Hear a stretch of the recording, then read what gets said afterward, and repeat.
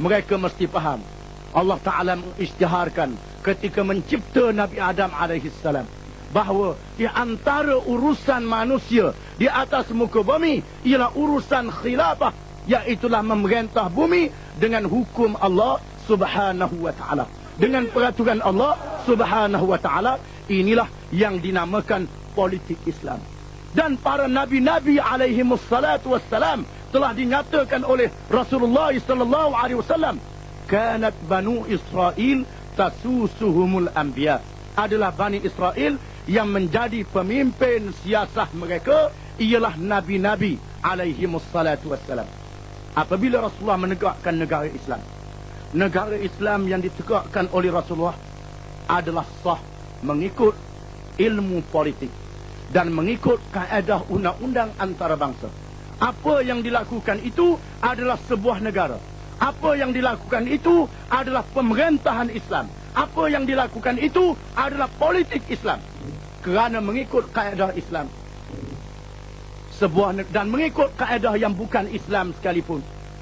Sebuah negara yang nak ditegakkan di atas muka bumi dinamakan negara mengikut kaedah politik apabila mempunyai beberapa syarat. Yang pertama, mesti ada bumi. Yang kedua, mesti ada rakyat. Yang ketiga, mesti ada pemimpin.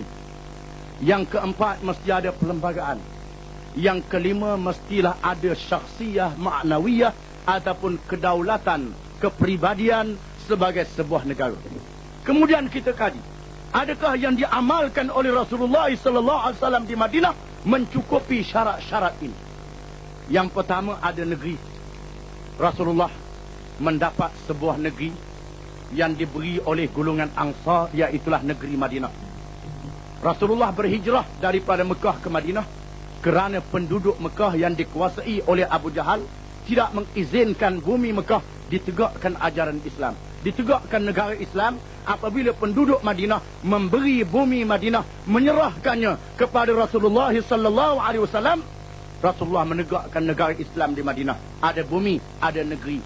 Kalau kita isytihar kerajaan buangan, tak ada negeri, tak ada tanah, kita isytihar kita sebagai satu kerajaan, tak sah mengikut kaedah ini. Yang kedua, mesti ada rakyat. Kalau tak ada rakyat, tidak diiktiraf sebagai sebuah negara. Umpamanya kita carilah sebuah pulau di Selat Melaka yang tak ada penduduk, tak ada manusia. Kita pergi sorang-sorang, kita naik atas pulau tu, isytihar inilah negara, saya jadi raja, saya jadi presiden, rakyatnya tikus. Orang tak aku sebagai sebuah negara. Orang kata tak betul, kepala tak betul. Di mana sebuah negara mesti ada rakyat, mesti mempunyai rakyat.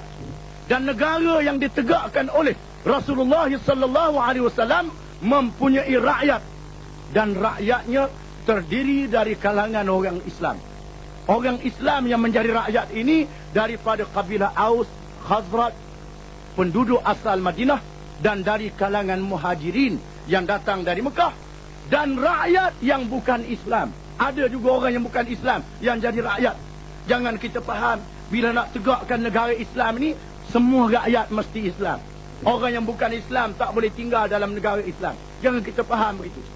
Negara Islam yang ditegakkan oleh Rasulullah sallallahu alaihi wasallam bukan sahaja mempunyai rakyat yang beragama Islam, tetapi juga rakyat yang bukan Islam, yang menerima kepatuhan, yang menerima perisytiharan Rasulullah sallallahu alaihi wasallam dan menyatakan taat setia yang tidak berbelah bagi kepada negara Islam.